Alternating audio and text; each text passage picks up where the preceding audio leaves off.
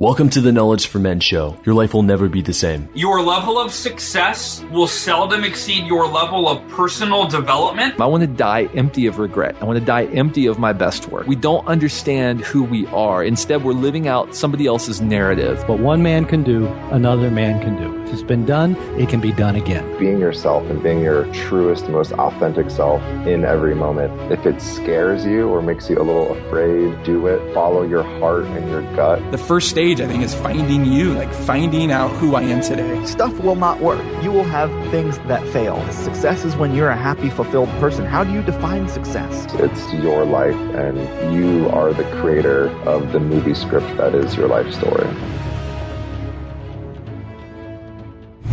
The all-new FreshBooks makes ridiculously easy accounting software that's completely transformed how freelancers and small business owners deal with their day-to-day paperwork. It's been redesigned from the ground up and custom built for exactly the way you work. Get ready for the simplest way to be more productive, organized, and most importantly, get paid quickly. The most important thing for everyone listening is that getting started on FreshBooks is extremely simple, even if you're not a numbers person. Actually, especially if you're not a numbers person. FreshBooks is offering a 30-day unrestricted free trial to my listeners on Knowledge for Men. To claim it, just go to freshbooks.com/men and enter Knowledge for Men in the How Did You Hear About Us section. Again, that's freshbooks.com/men and enter Knowledge for Men in the How Did You Hear About Us section.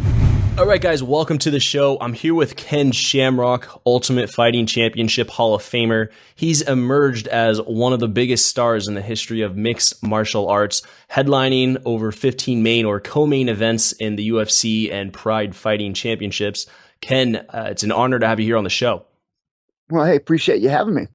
All right, Ken, let's dive in. Let's get straight to some value-add content. And I'm wondering for yourself, what is a favorite success quote or a saying that you live by that's helped you on your journey?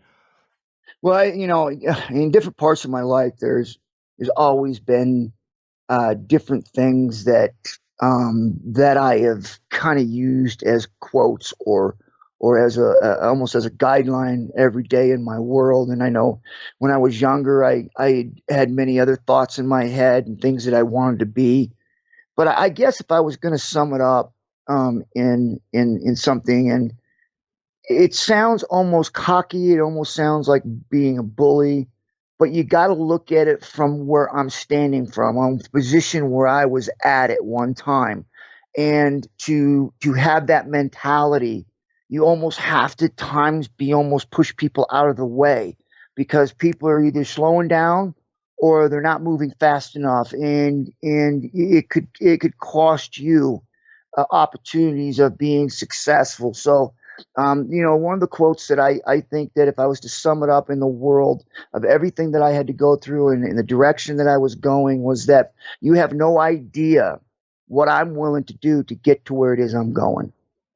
You have no idea what I'm willing to do to get to where it is I'm trying to go, or where I'm trying to be. To where I'm going. Where I'm going.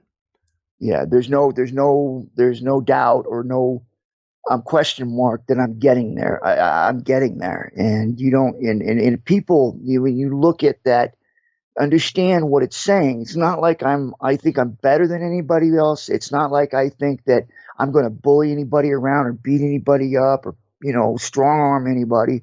But my willpower and my determination is what I'm talking about, is what I will do. I will do whatever I have to be successful.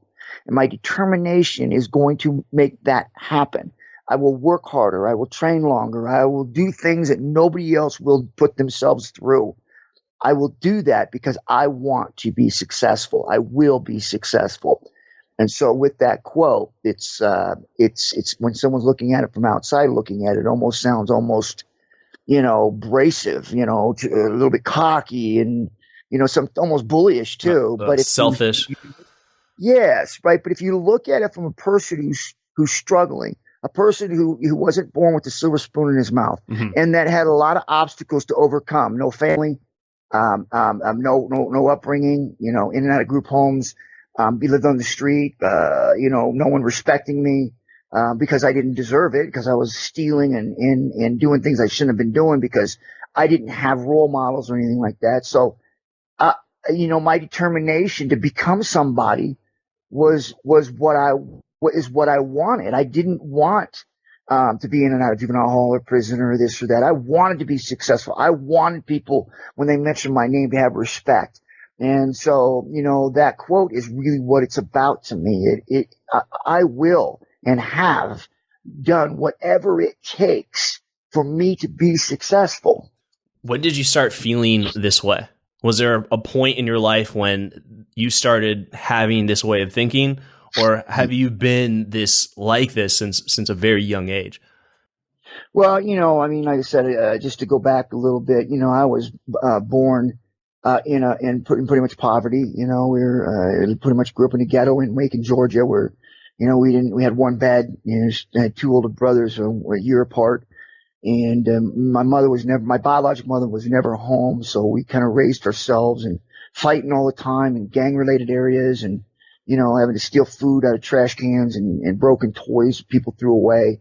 Yeah, it was just really not a good scene for kids, right? To have to live like that. And so early on, it's one of those things where you're either going to survive or you're going to die, and you find out a character of an individual or a person when you come to that point of you lay down in the cold and you just die, or you get up and you find something that keeps you warm. You break into a car or a house, or steal a coat, or ask somebody that you're cold and you need warmth, and you do things to survive because there is no other option other than lay down and die. Wow. This is you're fighting for your life. It sounds like it sounds like that's the mentality. It really is, because, you think about, it's real. People look and see things on movies all the time and they almost don't believe that kids at that age could really be doing things like that. But that's just, it's not true, because you tend to, in your environment, adapt. However fast or whatever it is you have to do in order to be that person that will survive in that environment, and you do what you have to. And so it's not in your mind thinking about, oh, I'm going to die if I don't do this. No, you're thinking about, I want that because it's going to make me feel better, or that it's going to give me a place to sleep or comfort and warmth. Or if I don't get that, then I'm probably going to be suffering. And so you're not thinking about that word or that ultimate,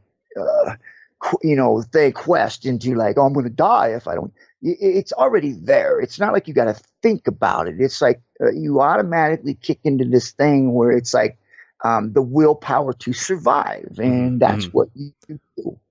How does this connect with martial arts? When does martial arts become a part of your life, and this mentality that you have that it's you're trying to survive here, that you're not fighting here for just for the fun of it here, but like this is a survival mentality that you've had since upbringing. I'm wondering, when does martial arts come into the picture here, and the connection between your upbringing and martial arts? Well, and it's a slow transition, because when you get there was a transition in the group home, the Shamrock boys home that I grew up in. There was a transition from sports to this survival mode, do whatever it takes to survive. And then all of a sudden I got really good at sports because of the anger and the determination, the frustration and the things that I would do in order to be successful and noticed, whether it was in football or wrestling.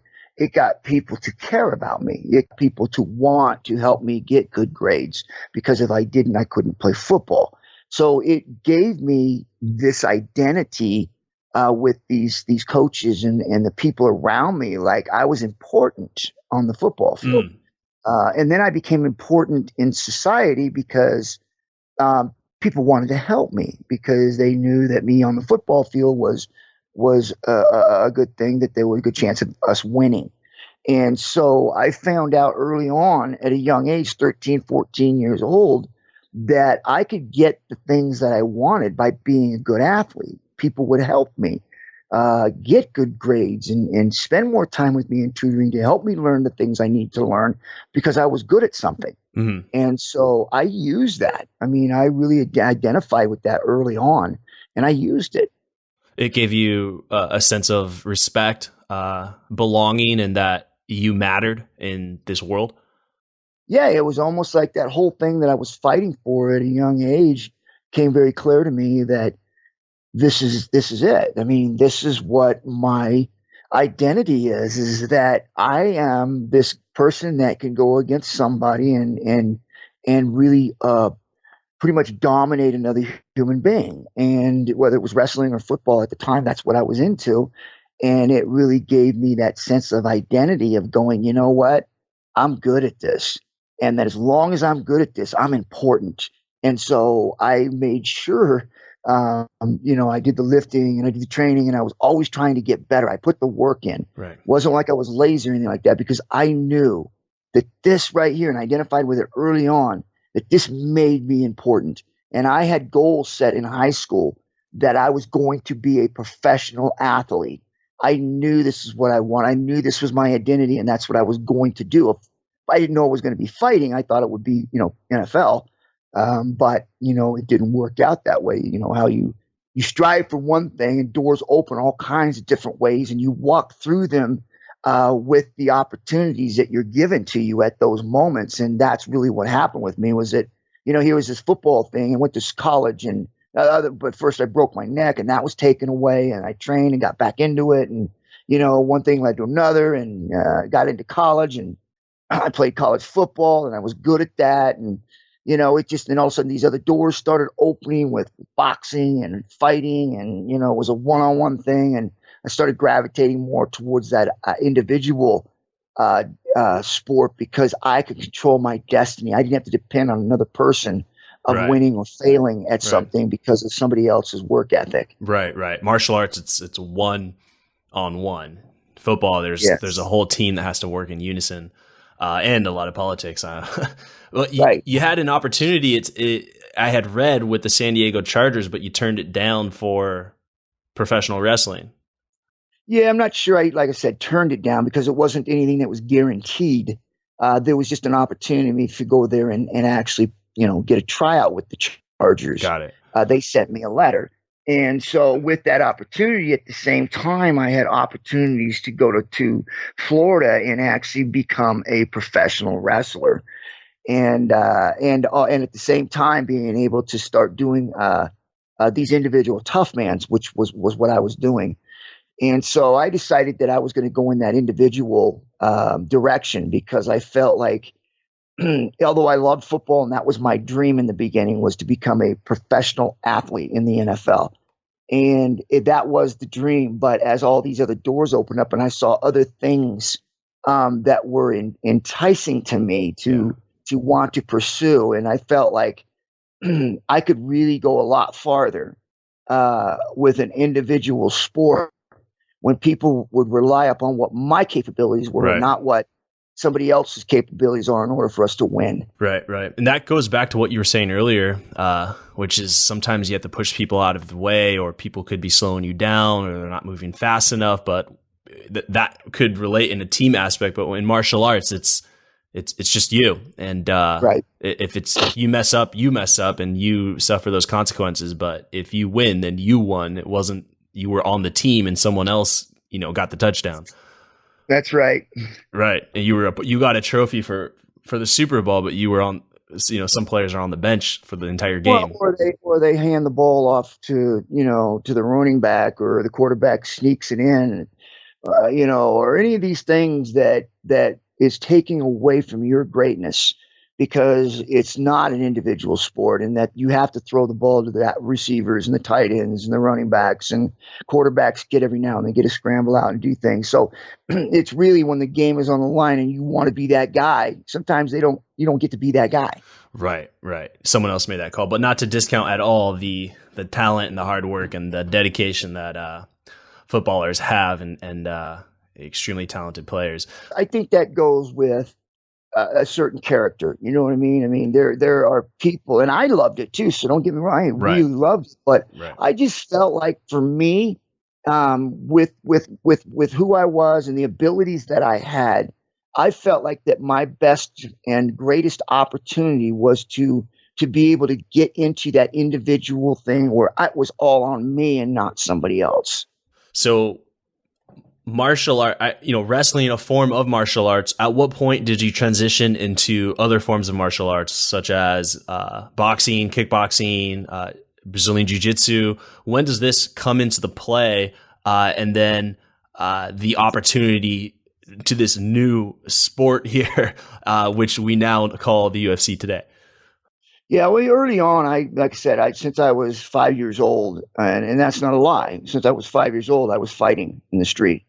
In the Macon, Georgia, in the ghetto. I was going to school a lot, and there was a lot of racial tension, and I was constantly fighting in kindergarten. I mean, I got jumped in the bathroom once, and then in the field one time where it was like 10 people surrounding me, and me and my brothers had to fight our way out of that. And when I was 5 years old, and so.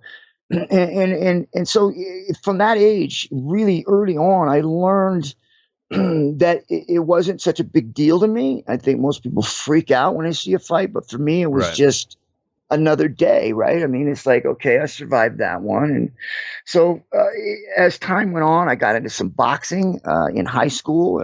At the home there, we do some boxing and stuff. I got into weight training. At the age of 13 years old, I started really lifting a lot of weight. Trying to get stronger, and got into wrestling. So I learned to wrestle really well. And then I think later into I would say probably in my later 20s, I started doing Hawaiian Kempo. I did a couple tournaments.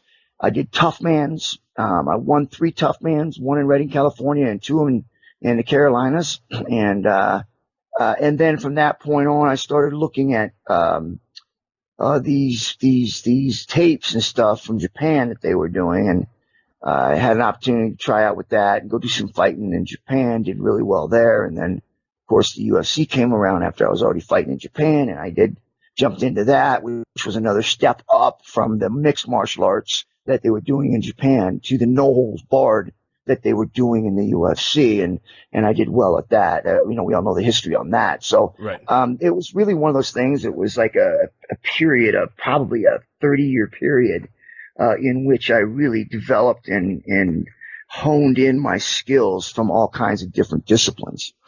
Who were your early mentors with fighting? Today, I can count. There's probably over a dozen gyms within a 5-mile radius of where I live here in San Diego. But obviously, decades ago, that was not the case. And I'm wondering, who were your mentors with fighting and getting access to the newest and latest trends in martial arts? I didn't have any. Unfortunately for me, my mentality was, I think, a little bit more rough and undisciplined early on, because I came from the street and I fought in the street and I did the boxing and I did the bare knuckle. And so when I saw the martial arts, the wrestling, boxing, the kickboxing, it didn't do anything for me. It was almost like that doesn't work. That's in a ring. It's fine. But if you were on the street like that stuff wouldn't work. And I watched it happen over and over again, growing up in the street, me being a part of it, where guys would start getting into the karate stance and I just knock them out. It's like, they were looking for, almost the same thing for somebody else to do, get into this sparring match. And on the street, it don't work like that. I mean, you just, you go into that, you start squatting into the position, the guy's punching you, it's like, he's not going to let you get set. And so, so a lot of that stuff happened with me. So I didn't respect the discipline, probably like I should have, because like I said, I know now that it's a lot of hard work and a lot of discipline, and those guys are definitely very good at what they do. But because of where I came from and how I grew up, I just always saw it as like a joke.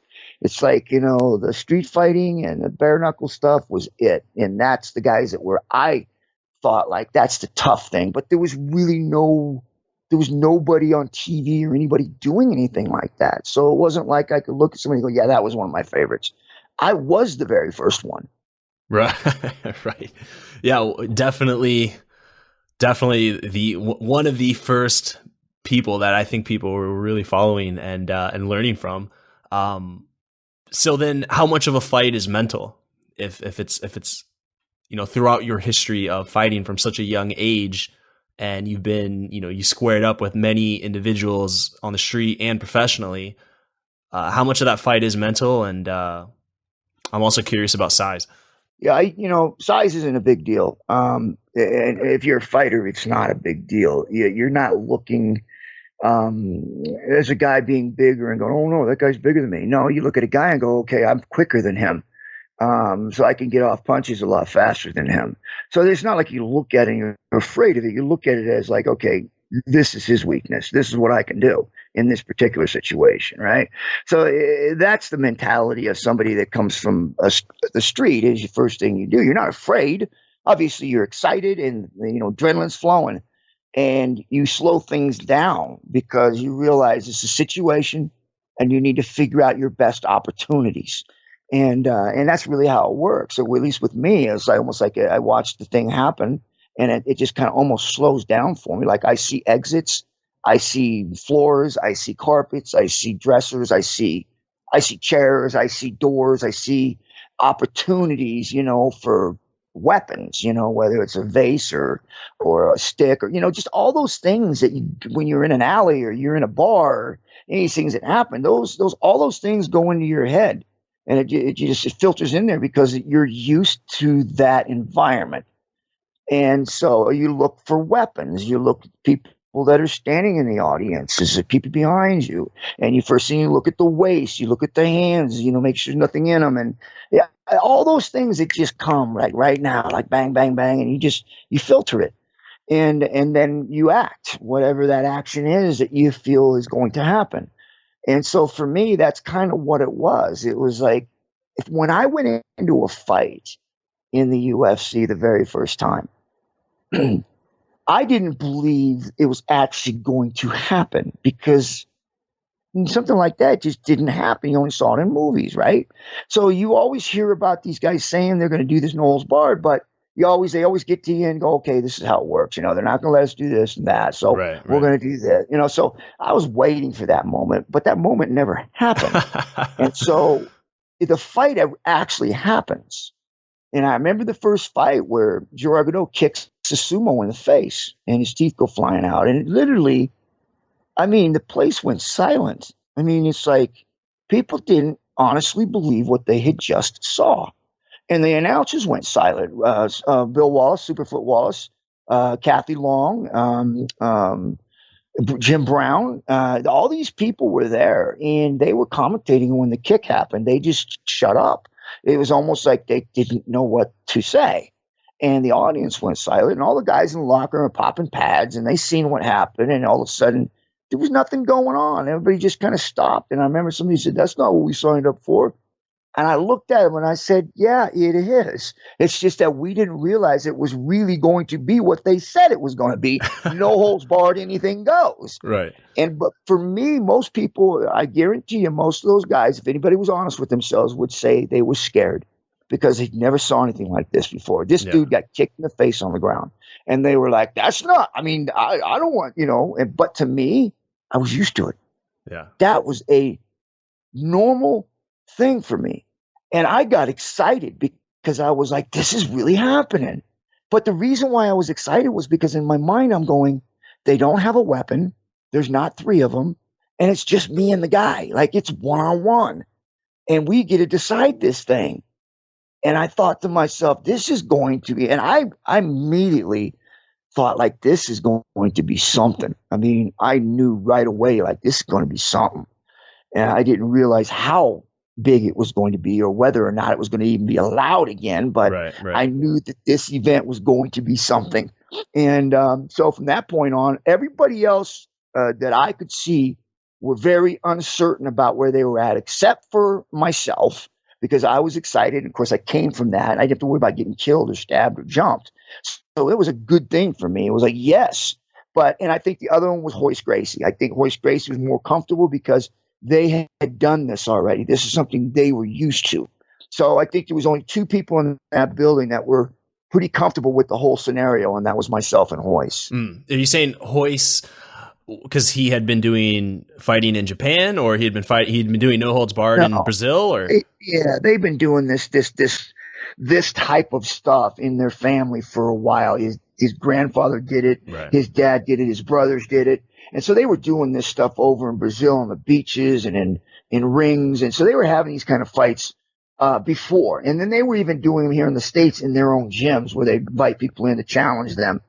Or they would go to wrestling seminars and challenge different wrestlers. So they were already used to this style. Nobody else had been doing this. So right. I've been doing it over in Japan, but not quite at this level. You know, it was bare knuckle. Right. It was open hand. So, but I grew up that way, right? And the difference between what Hoist and them were doing was they didn't have to worry about getting killed. But me, because of the situation, the way we were doing things, there was always that opportunity for somebody to shoot you, stab you, or jump you. Yeah. So it was really one of those things where it was like, this was awesome. It was awesome. Where is your mind the days before a fight? Most of the time it's training, getting your technique and your strategies down so you don't have to think about it. You just react to it. And how about just like that? You know, the other guys you're in the locker room. You said, you're hitting mitts, you're with your team. You know, what is that scenario like? Because a lot of us, probably most of us listening, have seen a UFC fight. And so we see you when you come out and you're excited, you're pumped up, you're ready to go. But what we don't see is what's happening before you come out. What's going on in that room? What's the conversation? What are you doing? If you could, it's not, but it is the emotion part of it. I would think. I think if you would try to compare it like a, oh man, it's kind of a horrible, but it's almost like that. It's almost like a bachelor party, right? Everybody's excited for the moment, right? That your friend's getting married, everybody's out partying and drinking and having a good time, and the feeling that you have with each other, the camaraderie that you have with the friends and stuff that you've been around for so long. And then the wedding happens, right? Uh-huh. And boom, they're done. And then after the wedding's over, it's almost like they all get together again, and then there's the wedding party, right? The party after with the groom and the bride, and everybody's around and happy that this is done and over, and now the families are joined together, and they have accomplished this thing, right? And so, in a sense, and it's kind of I don't know how else to put it, but it's kind of like that, where you're going into the fight, and there's so much expectation, and there's so much writing on this, and that your feelings are high about winning and being successful. And you go in there and you do, right? Everything works. And then everything is let down from there. It's like, it's all the stuff's out. But your feeling of happiness and the desire of winning and all the things that you had built up inside of you are now successful. We did it. We reached the top of the mountain. Uh-huh. And then there's that letdown that comes the next morning. And even I felt it even right after the fight, after the fight was over, press conference was done, and you're going to go out to the after fight party. And then you just feel this letdown, like, okay, what next? Right. Everyone's rooting your name. There's thousands of people. The announcer's screaming your name, and your name, like your physical name and picture, is probably on the big TV screen. And then just in 30 minutes, like after the fight, you go off, and all that is just in an instant. It's just gone. Just in an instant. That part is over, and you could be by yourself in your hotel room for the last 6 months or 4 months or 3 months. Everything that you were doing to prepare for that it took up your day. I mean, everything was about that. And then all of a sudden it's over. And so the happiness and everything's still there, but then it's almost like, okay, where am I going from here? Is there a sense of loss of purpose? Yeah, you're almost like, where do I go? What am I doing? And almost like you get a little bit of chill. Well, what if there's nothing more? What if this is it? But what if I don't use me anymore? Which is, going way beyond. But it happens. I mean, especially if you get into a tough fight and you win a decision, you're thinking, okay, what are they going to do with me now? Like, there's a lot of guys out there waiting to fight. So there's a lot of that, and so there's it's really it's a big letdown when the fight is over, the after fight party comes around. And I think that's why a lot of fighters, get intoxicated, because they have to fill that slide with something, whether it's a girl or whether it's, Right. Alcohol or whatever it is, but you almost want to slow that slide down. Like, you want to keep the party going. After a fight, does the fighter, or even you can use yourself as an example, do you feel this sense that you have to do something, such as like call someone out, or do you have to do something, when they give you the mic so that you can get picked up for another fight? Like, you're kind of marketing yourself or branding yourself so that you can continue fighting or continue the career of professional fighting? Yeah, well, that's something that I also talk about in my the class that I'm going to be putting on soon. Is that there's the marketing strategy. There's ways of marketing and opportunities to market yourself, knowing when those opportunities are there. And because the fight leagues aren't going to do that. You've got to take care of yourself when it comes to marketing yourself, because they're not going to do it for you unless you're fighting, unless you're on their card fighting. So say the fight's over. That's one of the opportunities that I would speak highly on, about making a purpose and a reason for them to bring you back. Find something that sounds like a great fight or could be a great fight. And when you get your opportunity, like when the fight is over, try to push something in their way to say, oh, that's a good idea. Don't just walk away and say, hey, okay, what's next? You find what's next and you make it happen. Yeah. I think that applies to all of us, even outside of the ring. It's like, you've got to make it next. Don't wait for someone else to put you on. You got to put yourself on, whether that's personally or professionally, whatever it is. Well, especially when you're given the opportunity in that magnitude, with that many people watching, and that opportunity that you have for that moment. And if you don't do something with that moment, somebody else will. It's like seconds that you have there, that you have to do something. You just did so much, and you've got a few seconds to keep that. And everybody's watching you right now. Everybody's got such high praise for you at that moment because you just won this fight. And so when you have the doors open like that and people's minds open like that, you need to make sure you put something implanted in there so they do not forget. When it's, let's say, the last round in a fight and you feel like you've got nothing left, it's you've been putting your every ounce of energy, your entire heart, your soul in each round, and your last round, and let's say it's a 5-round fight. It's the end of the 4th round. You're sitting in the corner. Your coach is talking to you. You feel like it's all over, like in terms of your energy, like you just don't have it in you to keep going. What do you tell yourself? What do you do when you're at that low point and you really want to win this fight? Well, first of all, once you get to what you just said, you're already done. The minute you think that you've got no more, you're already fighting an uphill battle. Now you got to convince yourself you have more. When you get to the point where you're exhausted, I mean, your limbs are tired, your body's tired, then in your mind right now, you start thinking about it, conserving energy, taking short breaths, getting deeper breaths, trying to get your blood flowing, move your arms. Your mind is kicking in now to try to figure out ways for your body to recover faster in between that round. Because when the bell rings, you got to go back in and you got to turn it on again. Yeah. And so that's really what it is a mental game at that point because once you feel like you've just spent yourself, now you got to talk yourself into you not spent. That's a whole nother battle. You really now, you should be in the mode where you're exhausted and you are, but you should be in your mind kicks in about moving your arms out, getting circulation going, rubbing your legs out, taking those deep breaths and holding them, shorten them up. Do different things to try to get your body to recover faster, because that's your mentality right now, is for the recovery.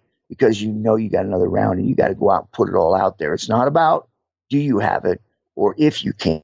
It's you have to, and you got to find ways to recover fast. Mm-hmm. Do you ever say to yourself, I'm going to win this fight at all costs? Like, I'm willing to die in the ring before I give up. Yeah, you know, that right there, when you say something like that, I'm willing to die in the ring. It's a battle cry for, and I've done it. It's a battle cry for people to know that this is going to be a fight and that you're going to get everything I got. And some people say it, and it's hard to tell what, when, and how, but some people say it because they know they're going to lose. Some people say it because they say, listen, the reason why I'm saying this is because I want you to realize that this will be a fight, that this is not going to go the way he thinks it's going to go. He may be quicker, he may have better skills, but it's going to get bloody. It's going to get ugly, and it's going to get ugly fast. And so I'm going to be in front of him every step of the way. He may hit me and he may touch me, and he says, but I'm going to hurt him. I'm going to be in his face all night, and it's going to get ugly fast. I will be there. And this is going to be one where he's going to have to knock me out. I'll be unconscious for you to take me out of this ring, because that's the only way this fight's going to end. And that's really just somebody saying, hey, I'm here to fight, and it's going to get ugly quick. Do you think it's the wrong approach? I do, because now you're basically giving a strategy away about what you're going to do. And so now this guy all's got to go is, okay, well, I'm just going to let him come to me, and I'll pick him apart as he's the aggressor. I'll just pick him apart. Yeah. Mm-hmm. That's good. You've kept and continued fighting. Word is you may do more fights in MMA or in another fighting arena. Why keep fighting? It's like this. I've always tried to explain it, and I just don't know unless people truly have that warrior mentality. Not people who say they do, and that they fought for a short period of time and then they got out of it because they were done. But the people who have truly got that heart for fighting, that just enjoy it, it's almost like telling them to stop breathing. It's like saying, you can't do this anymore. Why? Well, because you're a little bit older. But because I'm a little older, I can't do this. Please explain to me why I cannot. And then, well, you're not as good as you used to be. Yeah. I said, but I've put in my time. I've done everything I needed to do to prove how good I was and that I am one of the best that have been in that ring.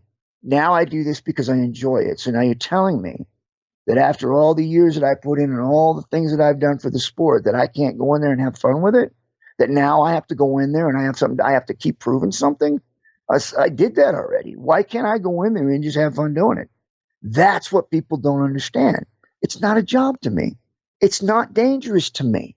It's fun to me. I enjoy doing it. And so now you're telling me to stop having fun. It seems like it is your identity, obviously. I'm not going to say it seems like it's your identity. Fighting is your identity. And from a young age, the sports you shared, that when you're winning, you are getting respect. Like you feel like you're important in society. I did that though. See, I've done all that. Like I have achieved all the goals I wanted to achieve. And now it's almost like someone telling me that, after this thing that I helped build and create, that now I can't go in and have fun with it. Like now I can't enjoy it. It just doesn't, it's hard. I understand, because I have to look at it from their point of view, that people get hurt and they feel disappointed that they don't see the Ken Shamrock that they're used to seeing in there. I get it, man. It hurts. But you also have to remember that there's somebody else on the other side of that it hurts me even more not to be able to go in there and compete. So you're telling me to walk away with something that I helped build and that I helped create.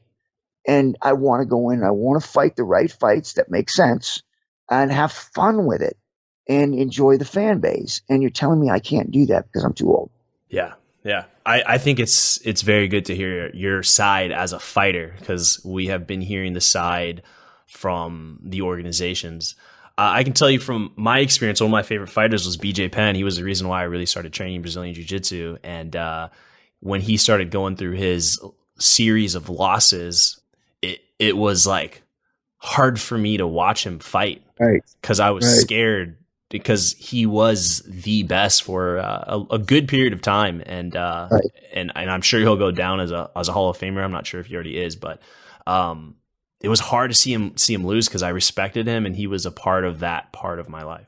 It makes people angry. People get angry at you because they're saying you should stop. You should stop. You're not the same fighter. And I just beg them to just take a look at it from the other side. It's not like we're doing it because we have to do, at least me, because we have to do it. I do it because I enjoy the competition. I enjoy the training. I enjoy the whole journey, and it's something I love. And ask me not to do it until I can't do it anymore. It hurts. It doesn't feel right with me. Mm-hmm. Yeah. What was it like the UFC back then to where it is today? What are your thoughts and views on? It's great to ask you because you've been there since not just the beginning, like UFC 50 or 100, but legitimately the beginning of the UFC to where it is today. This huge sport that has.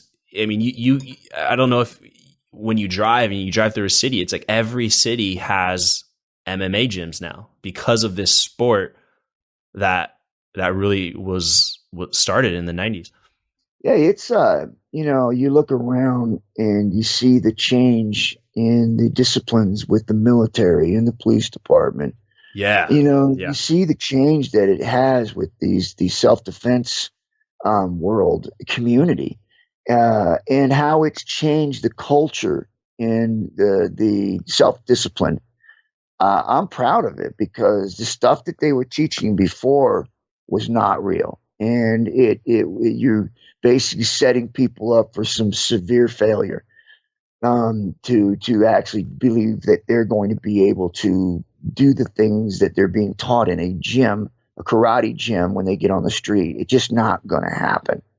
And so I am very happy that we were able to help people identify on what will work and won't work, what will work and what won't work. And I like martial arts. I think it's a great discipline. I think it's great for your morale. I think it's good for stretching and good for cardio.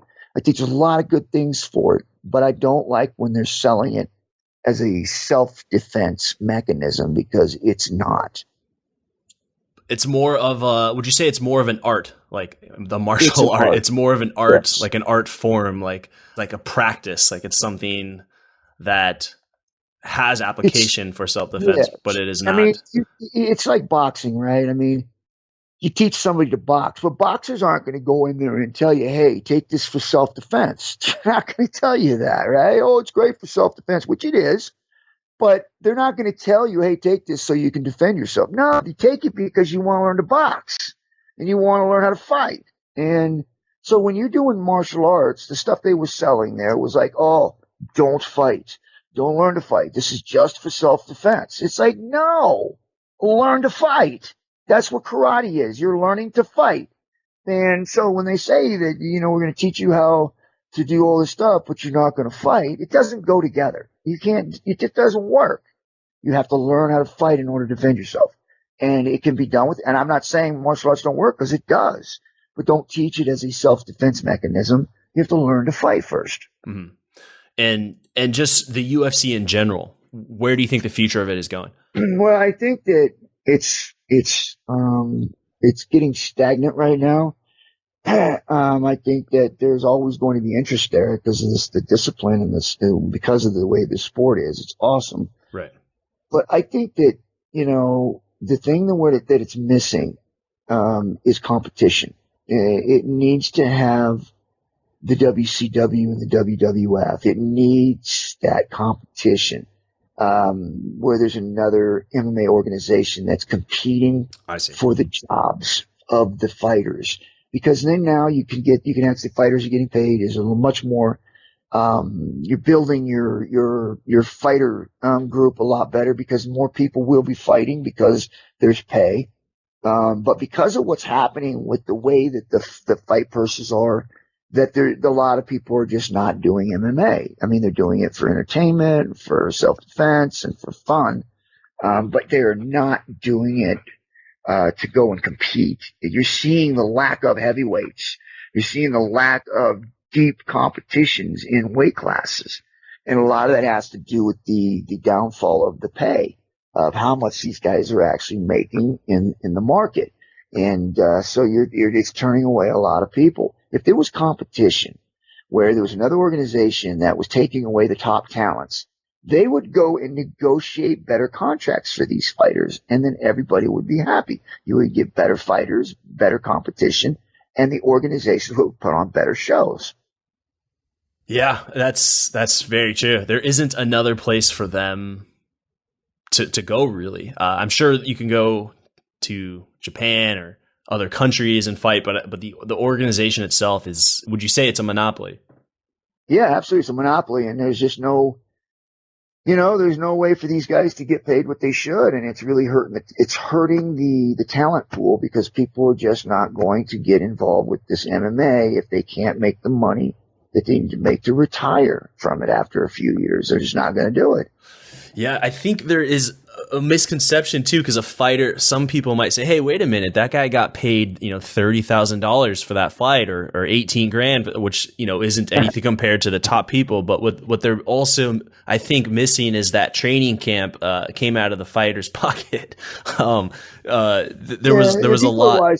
They're wise to that. A lot of these guys that are up and coming, they're wise to what's being paid, because if you look at the amount of fighters that are fighting in MMA and the amount of them that are really good, it's definitely had gone downhill. It's not increasing with talent. It's deteriorating with talent.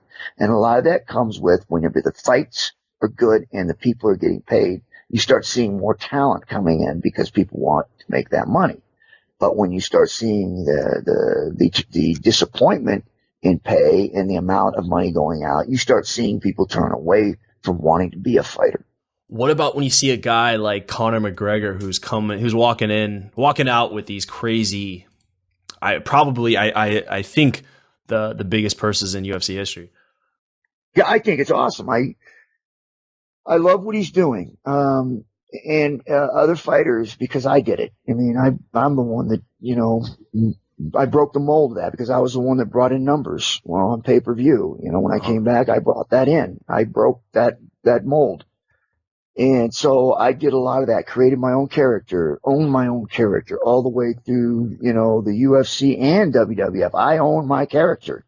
I didn't let anybody take control of that. I think Conor's he's doing it. He's upped me on that because of what he's done with boxing and how he's been able to kind of control his own pay-per-view numbers and allowing to get the bigger piece of the purse. So he's really doing a great job on that and taking it to another level. I think that the fighters should really look at what he's doing and start all emulating what he's doing, because if this organization and MMA is going to take that next jump and that next step, it's going to be because the fighters are going to get paid better. And so the only way that happens is for the fighters to start educating themselves, start looking at what's happening, and the things that Conor McGregor is doing and that Mayweather did, and start looking at how they did it and why they did it. And when they get the opportunity to be able to have some power, some notoriety in their corner, they need to take advantage of it before it isn't there anymore. Yeah. Yeah. Yeah, as you're talking, I'm thinking, man, I mean, what would happen to the NFL or the MLB or the NBA if you were going to come out and cut all their pay, 50%, 80%, and what kind of talent pool would be willing to do that? Well, or take their sponsorships away, not allow them to have sponsors, their own sponsors. Right. So you talk about that. It's like now you're not even taking away any of their pay or anything. Like now you're basically saying, oh yeah, we're not going to let you go out and make your own money either. It's like, what? Right. All right. This has been fantastic. I want to dive into the knowledge round. Just have a few last questions here for you to give as much value as possible to the audience. Are you ready for the knowledge round, Ken? Yes. So you might be wondering, why would I ever invest in a coach? I've never done anything like that before. Well, it's going to shorten your learning curve and save you the time that it would take to achieve your goal. You can avoid making mistakes that you would otherwise make. You'll get more results because everything will be tailored to your specific needs and challenges. The coach will hold you accountable so you can't procrastinate, so you can't be lazy, so you can't say, I didn't have the time. You'll be challenged and pushed harder than you've ever been pushed. You'll have conversations so powerful that you'll feel more energized, alive, and confident and certain about the goals that you have in front of you and where you want to go. Most importantly, where you want to be. You'll go farther than you've ever gone before when you have a coach. If you want to learn more about our high performance men's coaching program, go to kfmcoach.com. Again, that's kfmcoach.com to learn more about our high performance men's coaching program. You have got to understand that every successful person in the world invests in coaching to go from good to great. And if you're already a high achiever, then how much more could you achieve if you had a high performance men's coach at your side to push you even further? Go to kfmcoach.com to learn more and apply for our high performance men's coaching program. Again, that's kfmcoach.com. Welcome to the Knowledge Round, where the guests will be asked rapid fire questions to give the audience invaluable pieces of wisdom to help transform their lives. Starting in 3, 2, 1, showtime. What advice, Ken, would you give to someone who's feeling really lost or unsure of their purpose? I've done this, and I did this way back when. I was told this one thing that kept me grounded through all the years was that this person told me. He said, "Listen, there's going to be a time where everything is going to be yes. Everybody's going to be in your corner, and they're all your friends. And you come to a point to where you don't even know who you are anymore. Like you don't know who's your friend, who was there for you, really there for you, because everybody's now your buddy." He says, what you need to do before all of this starts to get out of control is find that one person that you know will always tell you the truth, even if it hurts. Find that person, whether it's your mother, your brother, your father, your sister, cousin, whoever it is. Find that one person that you know you can go to in those times and ask them what's happening. And you know you're going to get the truth no matter how much it hurts. So find that one person so that you can always go to and say, hey, I'm lost. What's going on? Yeah. Someone that you can get the truth from. I think having a coach or a mentor is critical. Someone who could fill that role potentially. What do you think is holding most men back from becoming stronger, grounded men today? I would have to say probably the society that we live in, all the things that we show on TV, and even in people that are in power in the world today, our president himself. The things that we say and do, it's almost like we say, do as I say, not as I do. We got a president that stands up and calls somebody a son of a bitch, but yet demands respect from everyone else. It's hypocritical. And I think that what's happening to our men today is what we're allowing to happen to our society. And that's not having respect for one another and respecting each other and not saying, do as I say, not as I do, but do as I do, as I do. Yeah. Very good. And Ken, are you a reader? Do you have some influential books that have helped you on your journey? Yeah, I don't read too much, but there's one thing I will say is that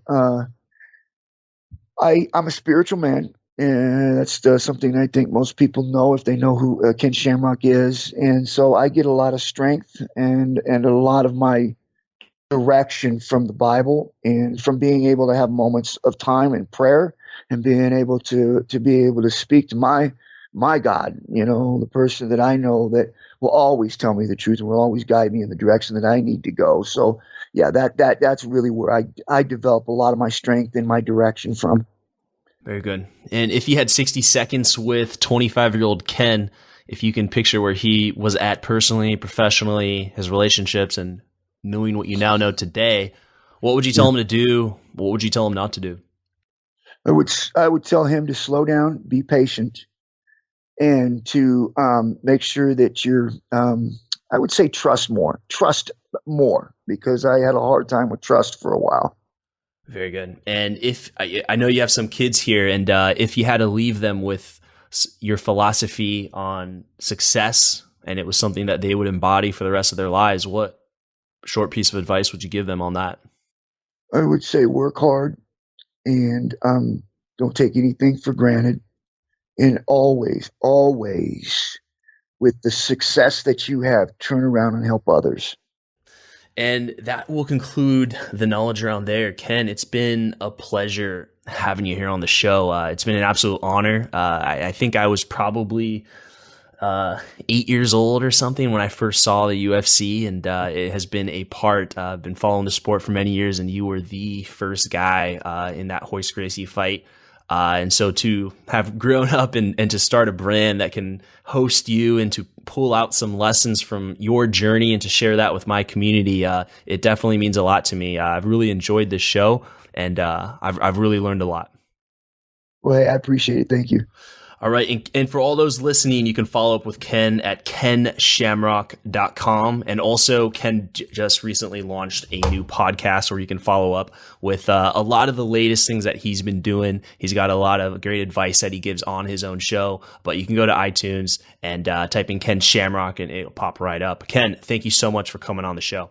Hey, brother. I appreciate it, man. You have a great night. All right, Ken. Take care. Have a good one. Bye. Thank you for listening to the Knowledge for Men podcast. Hundreds of interviews and millions of downloads later, we're continuing to build an international movement, and we're just getting started. So if you enjoyed this episode, go ahead and leave a helpful review in iTunes because it really helps the podcast grow so we can impact even more men in the world who need this. Guys, this is all about living with purpose, where every day you only do things that matter to you. You wake up, live with purpose, and take massive action towards the life you want. And always remember, love the life you have while creating the life of your dreams. Go to kfmfree.com to get a surprise bonus I've made for my listeners. Again, that's kfmfree.com for something that's changed my life, and I'm offering it to you for free. Also, check out my Amazon best-selling books that I've written for you to help you crush life at kfmauthor.com. Again, that's kfmauthor.com to see all the books I've created to help you break through in life. This is your host, Andrew Farabee, founder of knowledgeformen.com, and I'll see you in the next episode.